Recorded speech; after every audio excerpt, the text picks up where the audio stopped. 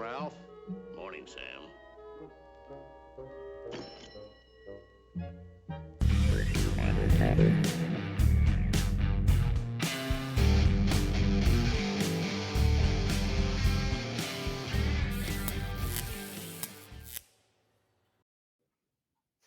Hey, everybody. Welcome back to Morning Sam, Morning Ralph. This is the podcast for restaurant technology professionals.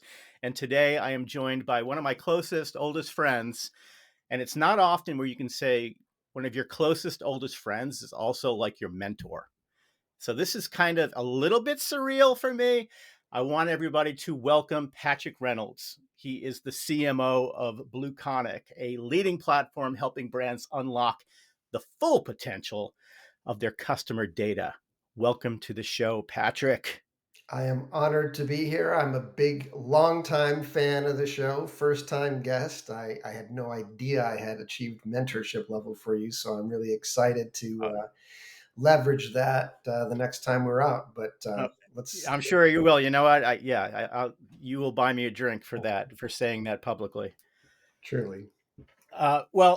So it's awesome having you here because, I've been trying to figure out a way in which we could work together as marketers for, I don't know, 20 years now, since we worked together a million years ago in consumer electronics.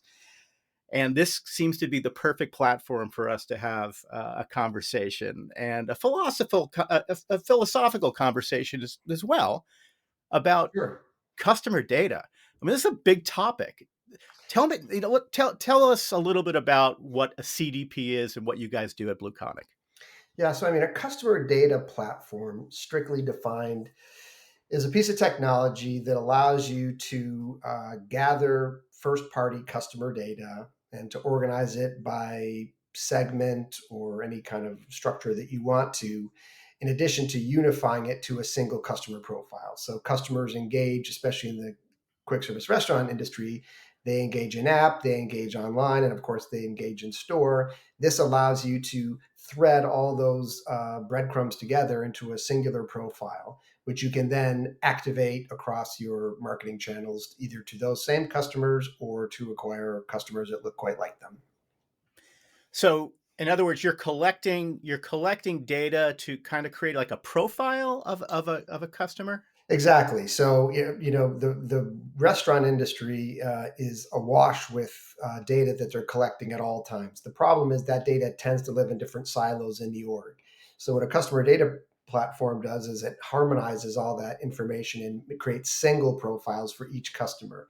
So that could be, you may know me as Buffalo Reynolds at Gmail. You may know me by Patrick.Reynolds at BlueConic.com. You may know me by my mobile. You may know me by the guy with really good hair that comes into the restaurant, for coffee every morning, etc. That's me. Oh, Yeah, yeah, obviously. steal my thunder, mentor my ass. Anyways, this allows you to put rules in place where you can say all those are actually Paul. Right. And on the basis of what Paul has done historically, so it's kept too, it's housed, it's not ephemeral, it's housed. On the basis of what Paul has done historically, how he's engaging right now, he is in store, he just opened the app, whatever. It allows the marketer, and as a quick aside, CDPs are owned and operated by marketing, not IT, almost exclusively. So it allows the marketer to say, on the basis of what Paul has done, what Paul is doing, I should therefore engage Paul in the following way: give him an offer, make him provide content for him, provide product recommendation, feed him a survey, give him bonus award of loyalty points, for example, et cetera, et cetera, et cetera, on the basis of his lifetime value, what we've determined his next best action should be, and so on and so forth. Wow. So, and it's doing this. It's in some ways, just to dumb it down for me. In some ways, this is kind of like a trigger, right? So, based upon all of these different variables that may have happened in the past or may be happening in real time, Yeah. something is then generated to speak to me individually with like you said, like an offer or some kind of call to action.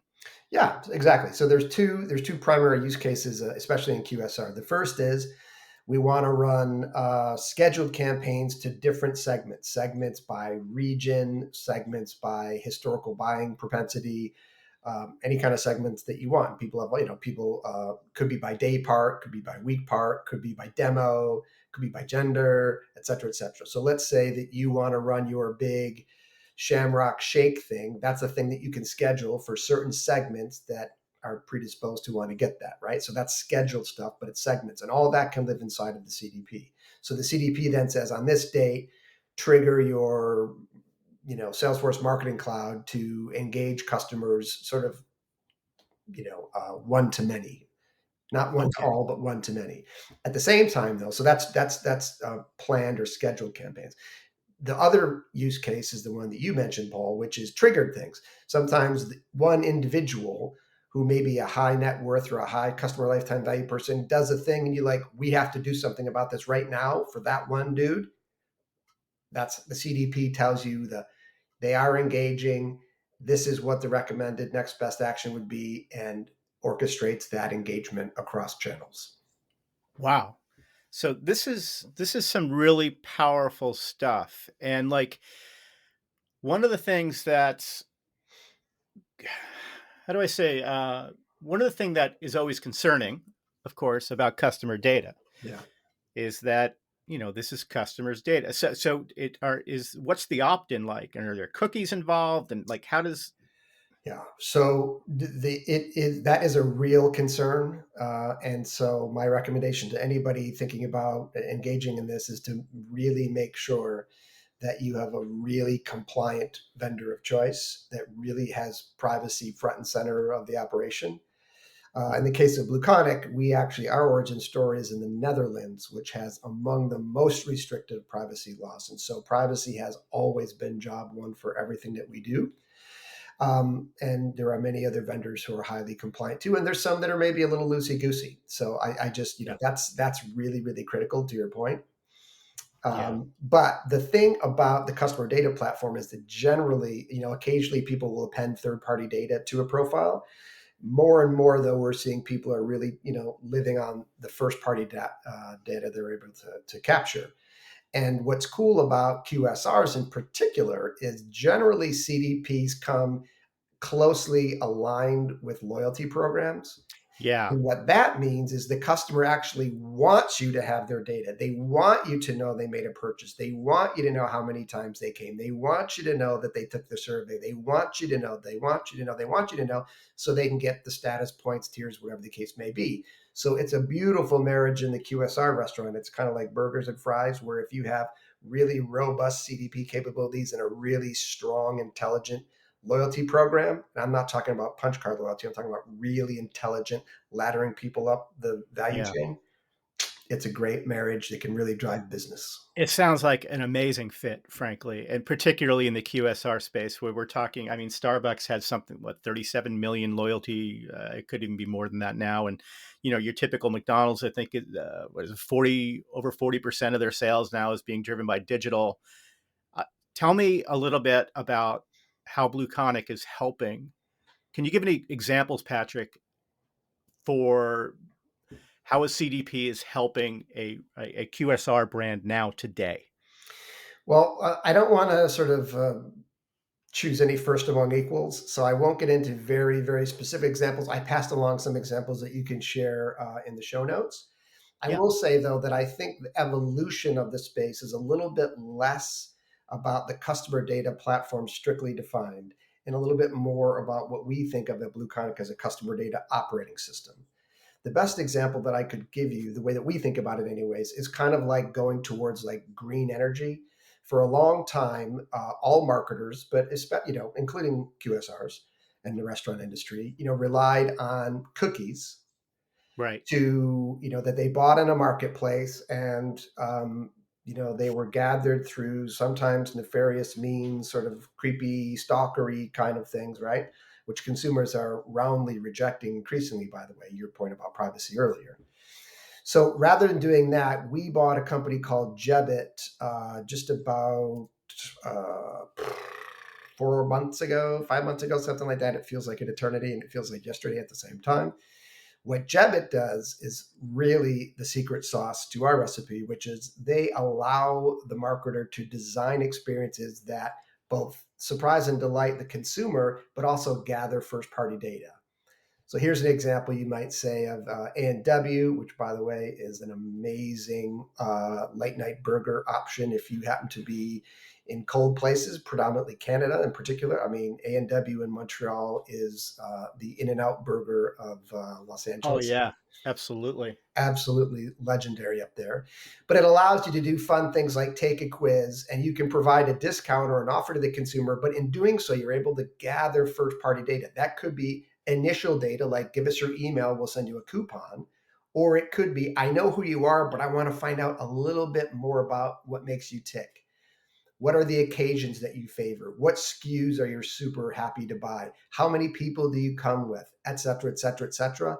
Rather than doing that in a really cold, flat, sort of straight survey way, it just makes it fun to gather the same information as you would at tremendous scale with tremendous ease.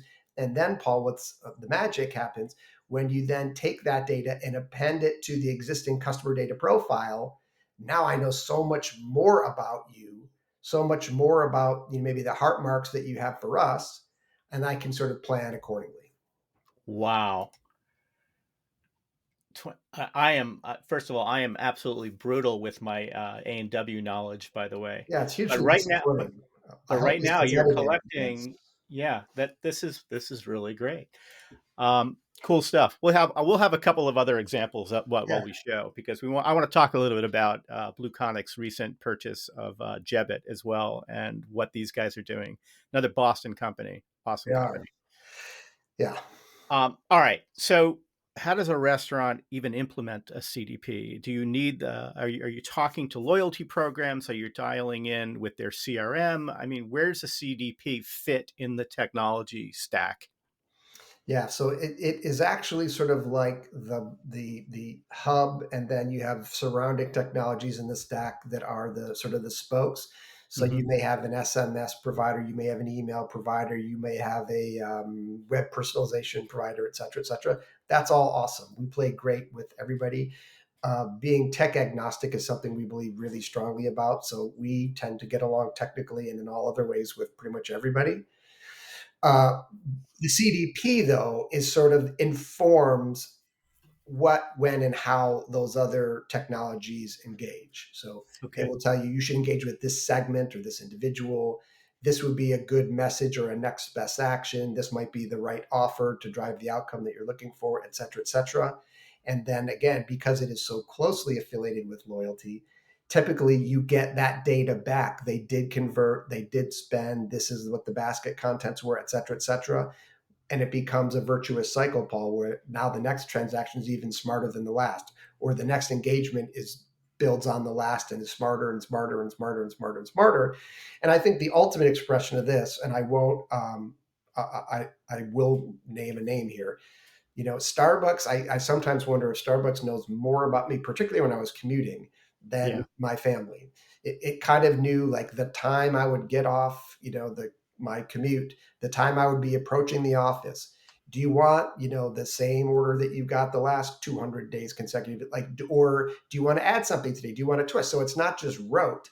It almost would say like this maybe is going a little stale. Like let's interject an offer in here. Let's see if we can move him onto a different product or a different SKU or a different combo or something like that.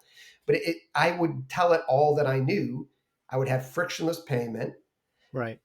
I just go and I would pick it up, and it would just be as easy as anything I could ever hope to do. So I would say that they're a really good model of understanding the customer, what they have done, what they are doing in the moment they're approaching the location, and then making a recommendation for what they should do next. You should Yeah, get I love that, because I think in the technology space in particular, it's all about being seamless. It's all about, frankly, being invisible. yeah. Right? Like the best restaurant technologies are the ones that you don't notice, the one that the customer never sees. It's just all bundled into the overarching experience, Well, right? the And Q so, in QSR is quick, and the more seamless and frictionless you can be, the quicker the transaction is, or the experience. yeah, absolutely. And I couple of interesting ideas here. Well, with CDP in particular, yeah. Listen, we're CDP, yet another acronym, the alphabet soup of marketing, Yeah. the alphabet soup of data, I guess in general. What the hell is the difference, Patrick, between a CDP and a DMP and a CRM? You know, Yeah, I mean, for the so layperson out there, I mean, why do I need a CDP versus a CRM versus a DMP? so again, the DMP and CRM would be two examples of technologies that may get fed data on customers from your customer data profile. Hmm. Right? So CRM might be used to email your customers newsletters or weekly offers or whatever the case is, right? To understand which segments get what, that would be informed by your customer data platform, so that you're not providing offers to people that don't need offers to act. You're not putting ham sandwiches in front of vegetarians, et cetera, et cetera. So it's segmenting things intelligently and dynamically, by the way. So if you did this Right. last time, that gets appended to the profile, and maybe you're in a new segment now. And in the case of DMP, that's just a tool that is used to go find people who are likely to be acquired by you. And it's almost like the opposite of CRM, right? Right. CRM is how do I engage my current customer base, and DMP is how do I find more customers.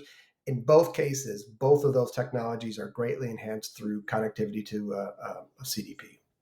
Right. So the CDP almost acts as sort of like this central processor Exactly. for taking the CRM is utilized as a conduit, maybe Correct. to communicate. Yeah. A DMP is kind of like a scout that's Yep. going out there to find like Learn customers, customers. Yep. and your CDP is the brains behind the operation, which in many cases is prescribing what an offer might be or what a next Or what action. an ICP is, right? So in a DMP, if you feed it your profiles from your, and again, you brought up a really important point, which is we're such dipshits about how we talk technology. It's just maddening in the extreme. So Yeah. your DMP is out looking for non-customers and trying to put your message in front of them to become customers, simplest terms, right? Right. The degree to which you inform what that profile looks like by exporting your best segments from your CDP makes that movement with your DMP much more effective, because they're not wasting time in areas that they shouldn't, or they know exactly who they're looking for, not sort of generally. Yeah. Helps. And so the other components, so we have, let's just put this little mini stack together. Okay. We have the CDP, which is the brains. Mhm. We have a CRM, which is your data conduit, or, to communicate. Mhm. You have your DMP, which is, out searching and acquisition, so to speak. Yep. But then you have your loyalty program. Yeah. So the punches and the fish bowls, where are you interacting with them? Are they the app itself? They can be, but typically are not. They're the ones that are sort of keeping score for what each customer has done. Mhm. So they are the ones that are, keeping record of how many points Paul has. And the CDP, though, is often informing the loyalty platform with the most current transactional data, or it is right the way that the loyalty platform can be fed. Okay. So that makes sense. That makes great sense to me. And so you start to understand the picture that's being painted around uh, better understanding who your customers are and what they want. Exactly it. And I think that you kind of nailed it with how you said that you as the consumer, as part of a loyalty program. Let's say you're one of those people that utilizes the McDonald's app or the Yep. Starbucks app or the A&W app or whatever the app is, for ordering and loyalty points, Dunkin', etc. Right? Yep. It's in your best interest as a consumer to feed it as the best data that you can, so that way it gets to know you and starts to. So by tell me then, how does BlueConic CDP prescribe offers? I mean, I know there's got to be some kind of magic. There's elves in a tree somewhere that are crunching the numbers and trying to figure out what that next offer should be. How much is on the restaurant company to set those things up versus what you're doing to recommend? Yeah, it's a great question. So the majority of what happens from a next best offer comes out of the strategy of the individual marketer at the individual restaurant company. We're just the tool by which they do that. We're the ones that give them the data that says, here's what we know about the customer base.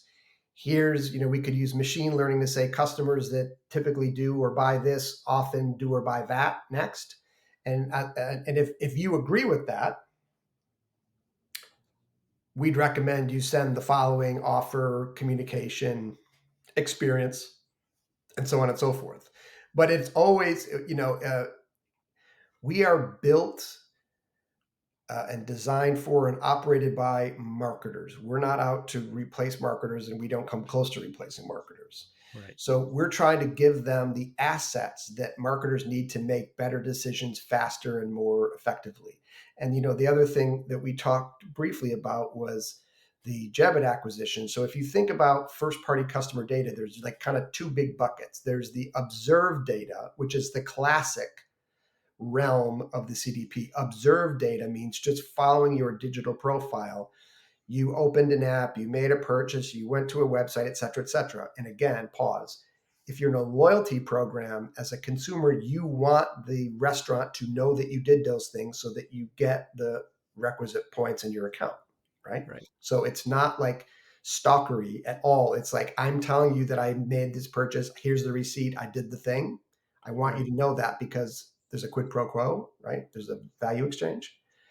So that's the observed behavior for the customer. And you can build a really, really good understanding of who Paul Molinari is by just looking at the data that Paul generates. You're scaring the crap out of me. I mean, you don't want to see that. Let's just keep it about restaurants for now. And Yeah, let's keep it about not restaurants. pan out and see anything more about Paul's life, because that would be a whole different podcast that we probably don't want to get into in this session. No. So the observed data is what I just described. It's all the things that the consumer does with the company in a fully compliant, validated way by both parties. But declared data is what the customer voluntarily tells you about themselves. And that's where Jebit comes in. Like, what's your favorite burger? What's your favorite color? What's your favorite location? What's your favorite this? What's your favorite that? If you could take anybody to any, blah, blah, blah, blah, like. All right, let's get into Jebit a little bit. All right, Yeah. here's something that looks like Jebit did for McDonald's. Yep. All right, so this is this is something that is then delivered how? Could be delivered in owned assets, like an app or on web. It could be delivered through paid assets, like Pinterest, as an example. What do we got Right. here? So these kinds of executions, and they're just fun little ways to gather information without boring or insulting the customer. Okay. Just fun little Which gamified Coca-Cola interactions. collectible would you want to make a comeback? Oh, okay. I'm sick of this. I like this. I've always loved the polar bear. Same. Oh, and look at me. I'm like so many others. This is one example where you were in the norm. Oh, wild. So you're collecting you're sharing videos with me, all of this stuff. I mean, I can order now. I can put a call to action in. And if I want to go return to these kitchens, what else do we have in here? Fun little experiences that you can just learn a little bit about the company, and the company can learn a little bit about you in a very fair, open, honest, direct, but engaging fair value exchange. All right. Who doesn't love the donkey? I want the donkey glass. Donkey. Dude, I swear I am knocking it out of the park. All right. Pretty cool stuff. Jebit. They create these little experiences to help collect and learn more about the customers. And then you can use this data based on how they vote, how they input to feed into the profile that feeds the algorithm. Yes. And by the way, the algorithm that gets even smarter about the types of offers that it delivers. Exactly. And in some cases, let's say that the customer was a loyalty member, they might have earned points for playing around with the experience. And so they want to play with it, and it earns them points. It's entertaining and everybody wins. We're not curing cancer here, but we're just trying to give people a few minutes of light enjoyment and interaction and Yeah. achieving a business end for the company and giving the customer a real benefit too. This is great stuff. All right, let's take a break there. When we come back, I've got two critical questions for Patrick. So let's take a quick break, and we'll be back in two shakes. And we're back with my good friend Patrick Reynolds, the CMO of BlueConic, and he is schooling us big time today about CDP and what it all means, and frankly, how restaurant brands can benefit. One of the things that we didn't even get into was how larger B2B companies might be able to use CDPs as well as they hunt for business, but understanding that a CDP is traditionally more of a consumer type of strategy and tactic. All right, Patrick, I got a couple of questions for you, but before we get into the hard hitting stuff, this is something that you and I have differed on for a while. So, and I'm going to create, this is introducing to the audience a new segment that I'm going to call Who Would You Rather? Okay. I'm a little nervous, but let's do it. Let's do it. All right. Who'd you rather? Jimmy Page or Tony Iommi? Oh, listen, this old thing, look, you're just wrong about it. Okay. Listen, Tony Iommi all day long. No. The dude is the heaviest riff maker of all time. And he's not talking about druids and lollipops and double neck guitars. The fucker doesn't even have tips of his finger. That's where you get to, it's like the dude, come on. Dude, listen, man. I love Iommi. He's the godfather of heavy metal. I get it. I mean, who does? I love the metal. I love the metal. Yep. I love Ozzy. I love Sabbath. And the man can riff. He can I'll give rip. him his due. But when it comes down to it, when it comes down to who'd you rather, I mean, Jimmy Page. Jimmy Page well, and I'll get this is the key difference. Yes. Jimmy Page can riff with Iommi. I mean, I think you would give him a check in each column. Yep. And I would actually give the check to the check mark to Iommi in terms of heavier, almost Yes. into the darker stuff. Yes. But where Page blooms, it's hard rock, it's folk, Yep. it's cultural, Acoustic, it's world music. I mean, he's Celtic. everything, right? So I think the diversity of Page, from songs like "Thank You" to "When the Levee Breaks," Listen, it's he doesn't suck. Don't get me wrong. See, what no, I love about Iommi, though, and what I love about Sabbath generally, and I have to say, in fairness, Sabbath also strayed into some really god awful, Wiccan kind of nonsensical, goofy stuff, yeah. right? So they both did. I just think that Zeppelin did a little bit more of that. But what I respect about Iommi is very similar to what I love about AC/DC, and that there is like 2 degrees of separation between every single AC/DC song. They are Yeah. almost like Might only be one.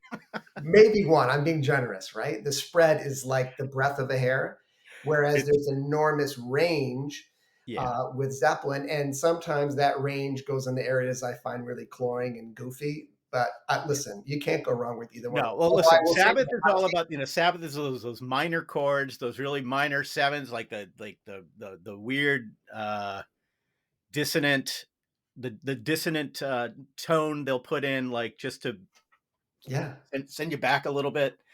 And yeah, AC/DC, by the way, for the kids out there, it's DAG, DAG, DAG, a million different times and a million different variations, and AC/DC.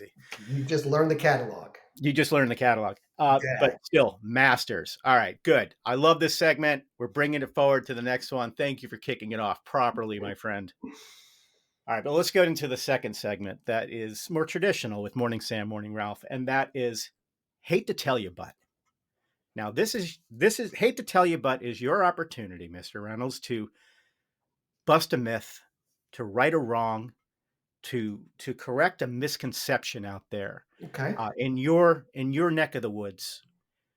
Not necessarily Buffalo, because there are tons of misconceptions and all sorts of fantasies happening around what the fuck is going on in Buffalo. We are the But Tony Iommi of cities. you really are the Tony. I mean, it's dark. But let's look at CDPs. Bust a myth for me about these things. Well, I think people at a distance sometimes think that they're sort of a passive tool. They're a thing that you collect data into, and you assign profiles, and it's a little bit like a collection tool.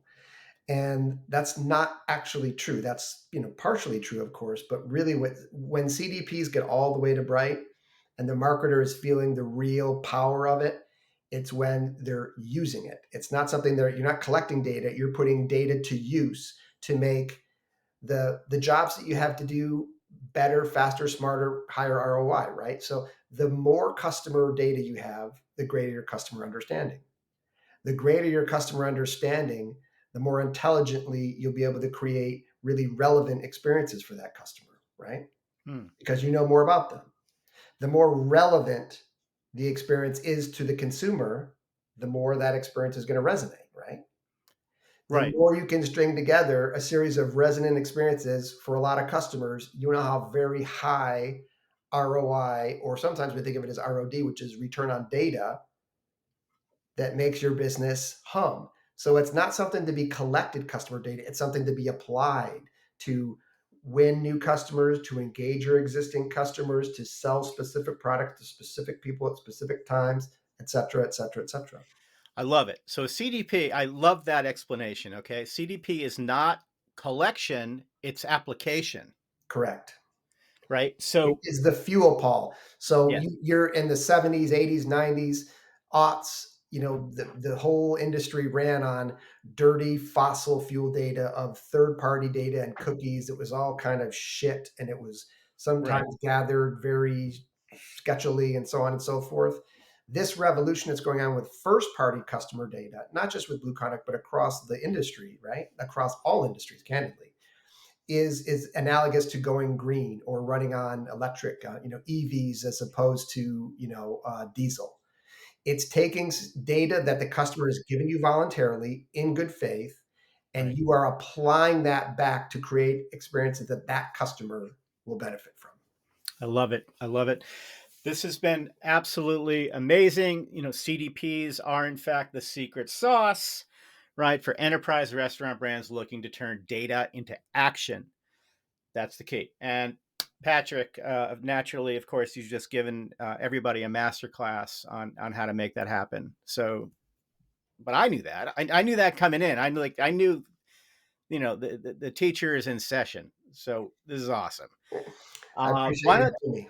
Well, hey man, anytime. I'm going to have you on again, and we'll talk more about. I think maybe we should do a little Eddie Van Halen versus. No, you know what? Next time. You were not going to say Yngwie Malmsteen, were you? No, Okay, okay, okay, okay. Because no, no, no, I no. would. I think reality is that we probably see eye to eye on most of these things, Okay. except for the Iomi page thing. But whatever. All right. So tell us, how can we find you? How can people connect with you, Patrick, to learn more about CDPs and how BlueConic can help them? You Go to can. BlueConic at simply blueconic.com, CONIC. Correct. BlueConic.com. You can follow us on LinkedIn, for example. You can reach out to me directly at patrick.reynolds@blueconic.com. You can connect with me on LinkedIn or any of the other sort of channels, and I'd be happy to talk more about this with you. And I should tell you that in addition to you and I going back a long ways, which we do, I go back a long ways working with restaurants, specifically QSR too, but also some fast casuals and others. And If I I'm not love talking mistaken, about weren't you at Hill when they did the McDonald's "I'm Loving It" campaign?